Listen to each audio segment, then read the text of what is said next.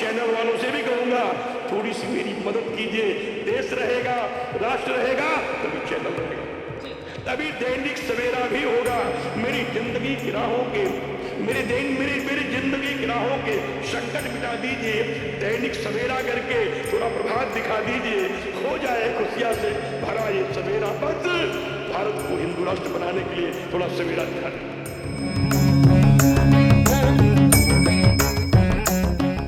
और ममता बनर्जी को इसके लिए क्षमा मांगनी चाहिए देश से। और इतना ही नहीं, अखिलेश यादव को भी अपने इस बयान के प्रति शर्म के मारे देश से क्षमा मांगनी चाहिए।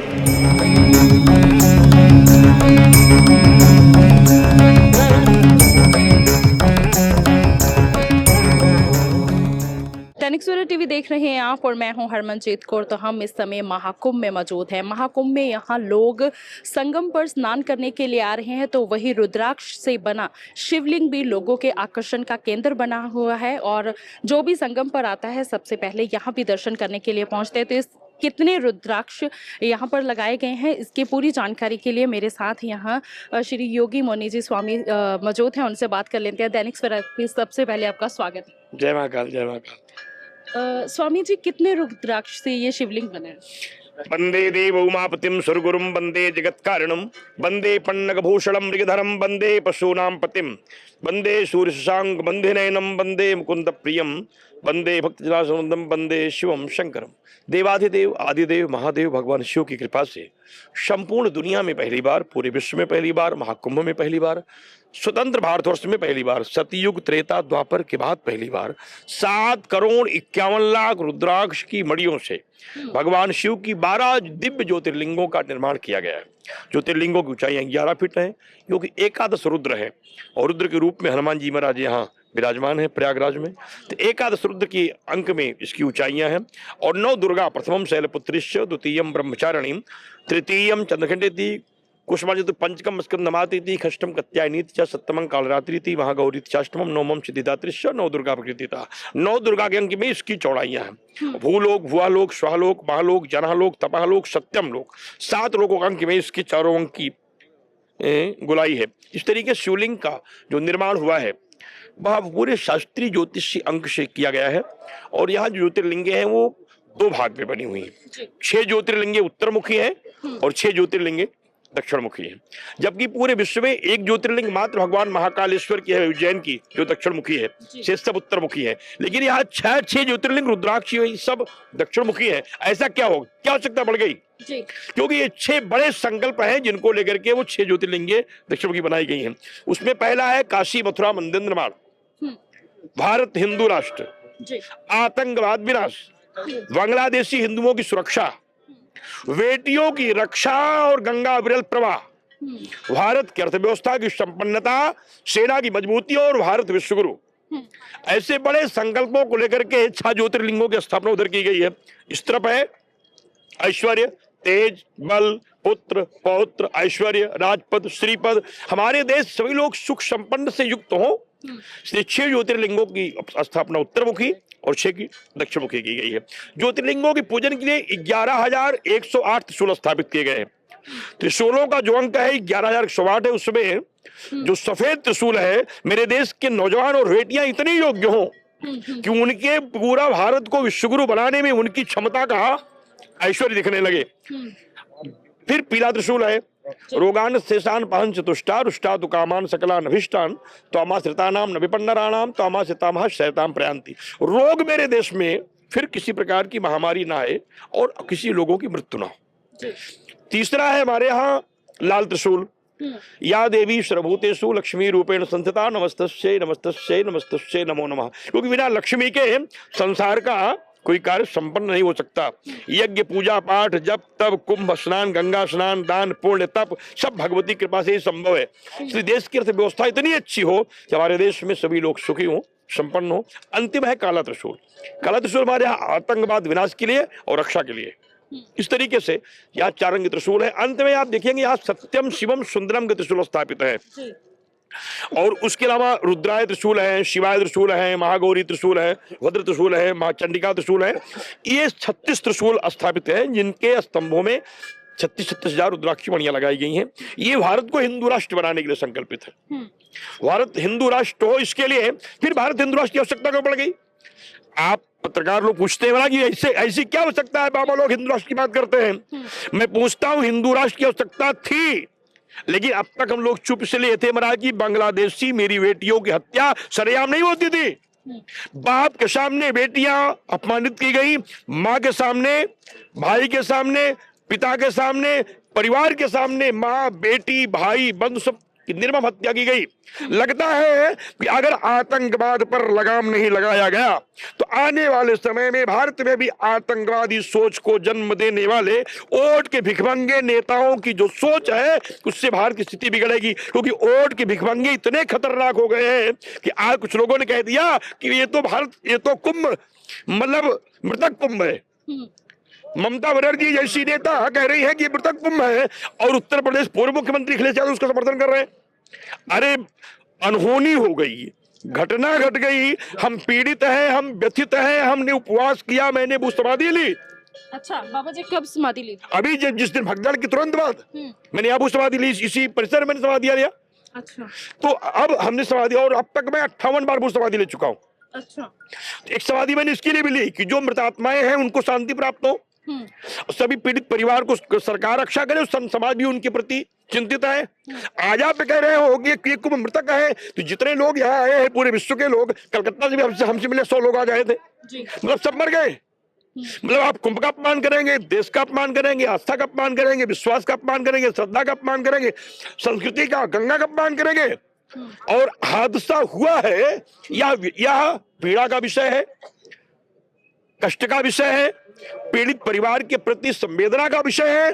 लेकिन आप ये पूरे विश्व में कहेंगे कि मतलब कुंभ में सभी लोग जो गए वो मर गए, सभी वहां जाने वाले लोग मृतक हैं, मरे प्राणी हैं, यह निश्चित रूप से बड़ा शर्मनाक बयान है। मैं उनकी इस बयान की घोर निंदा करता हूं, और ममता बनर्जी को इसके लिए क्षमा मांगनी चाहिए देश से। और इतना ही नहीं, अखिलेश यादव को भी अपने इस बयान के प्रति शर्म के मारे देश से क्षमा मांगनी चाहिए। आपने कहा आप समर्थन कर रहे हैं, अरे उनकी भी सरकार में ये हादसा हुआ था।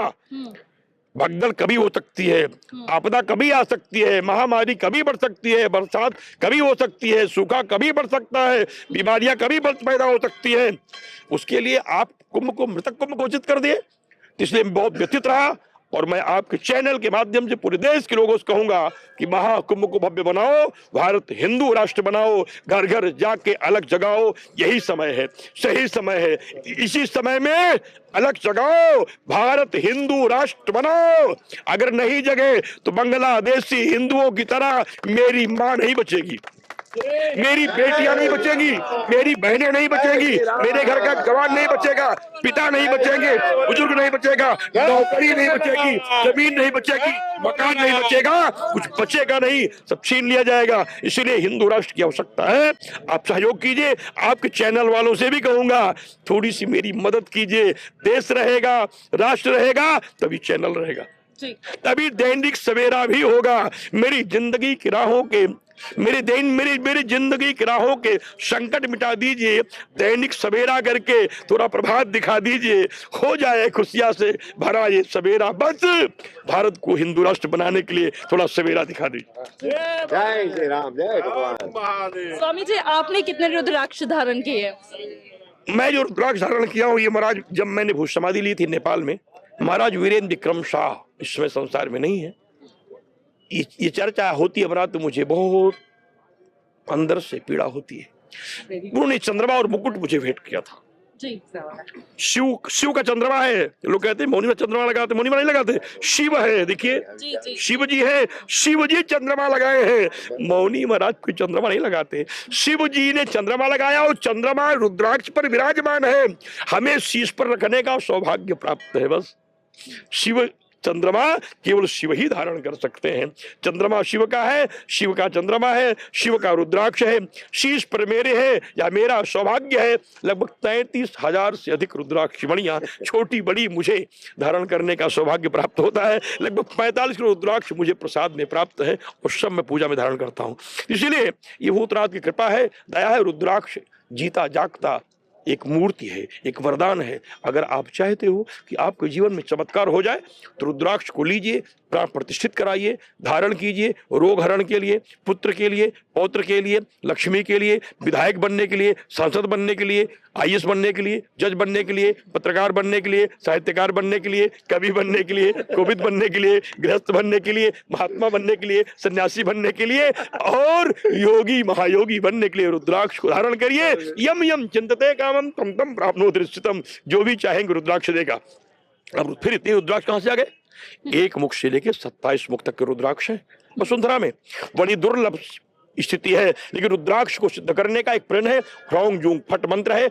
1,37,500 मंत्र जपे जाएं, रुद्राक्ष को प्राण प्रतिष्ठित किया जाए, फिर उनको भगवान शिव को समर्पित किया जाए और विधि सम्मत उन्हें अगर धारण किया जाता है तो रुद्राक्ष देवता करुणा निधान प्रलयंकर है। शिव शंकर दाता वरदानी वो भूतनाथ शिव शंकर है। अविरल करुणा कर सुख राशि झोली भरते करुणा करते। शिव आनंद कंद है सुख राशि। रुद्राक्ष जहां पर रहता है सुख संपत्ति सारी आती है। दुख दर्द वहां मिट जाते हैं जब भूतनाथ संग भाते हैं। इसलिए सभी लोगों को चाहिए रुद्राक्ष धारण करें, लेकिन नियम से, बहुत विधि है, जान करके समझ करके रुद्राक्ष धारण करें। लेकिन खरीदा हुआ रुद्राक्ष कभी सिद्धकारक नहीं होता। रुद्राक्ष अगर धारण करना है तो प्रसाद में लीजिए। अब प्रसाद में रुद्राक्ष बड़ा मुश्किल काम है, क्योंकि रुपया कमाने छुट्टी नहीं है तो कौन प्रसाद में देगा? जी बिल्कुल बिल्कुल। और भैया रुद्राक्ष तो है यहाँ बहुत। अब भोले बाबा कृपा होगी तो देश के लोगों के लिए मैं सोच रहा हूं। लेकिन एक काम करिएगा, रुद्राक्ष को शिव को समर्पित करिए और मन से चिंतन करिए, हर हर महादेव शंभो काशी विश्वनाथ गंगे।